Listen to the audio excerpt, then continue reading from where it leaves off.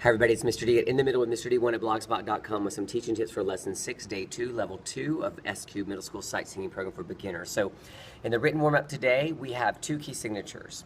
We're asking them to name the letter names of the dough. And we want to do this for several reasons. One is so they can practice finding the letter names using bass and treble clef, because it's a relatively new practice for them to do that. And then the second thing is we want to begin referring them back to the key signature. So, for example, in the first one, it's in the key of D. So once they see that D, we want them looking back to see if the D has been sharped or not. This is a very important practice for them to begin to do as we start to build scales later on and we work towards chromatics. We also want them to notice the octave D. Has that been altered in any way? Because they don't understand that one alteration alters all of the D's, for example. So we have to just kind of bring that to their attention. It will help later on down the line. So make them check both octaves, the higher D and the lower D, for example, and the same for example number 2, and you'll see that that does have an alteration in it.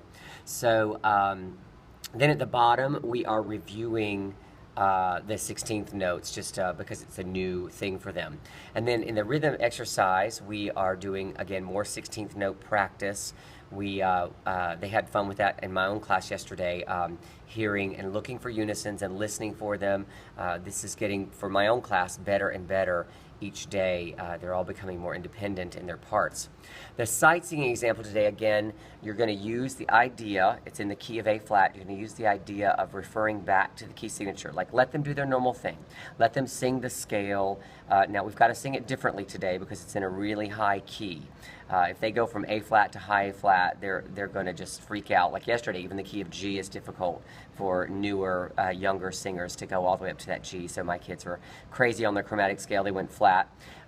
So sometimes, instead of singing the full scale, I'll just have them sing a fifth, you know, do to sol, which is a different way. But it just eliminates and removes some of that angst that middle school children get when they go really high and they make silly errors that really aren't a reflection of their ability to sing in tune as much as a reflection of their they're not interested in looking or sounding badly, as none of us is, but especially middle school. So I'm just going to do a fifth today. That's how I'm going to handle it. And they're going to sing the link to the minor. They're going to do a chromatic and a fifth as well. It's not a big deal. It's just, I just like to remove that barrier.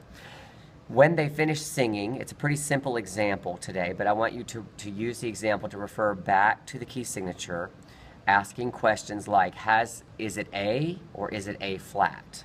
And that's the whole thing we're doing right now. We want them to start to look back at that key signature. It's going to help, again, as they build.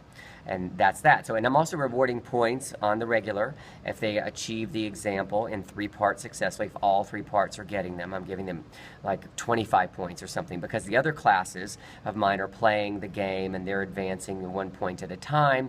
And the 8th graders are moving at a really advanced level, and they should be rewarded for that. And they always want to be on top anyway. So that's kind of what I'm doing and how I'm motivating them on some level. But find your own way. Just keep rewarding their accomplishments. Transitioning to mixed choir is not an easy thing to do. We need to be happy and reward them, especially the boys when they do well. That's just a really key component to keep going throughout S-Cubed. All right, I hope that helps. Have a great day.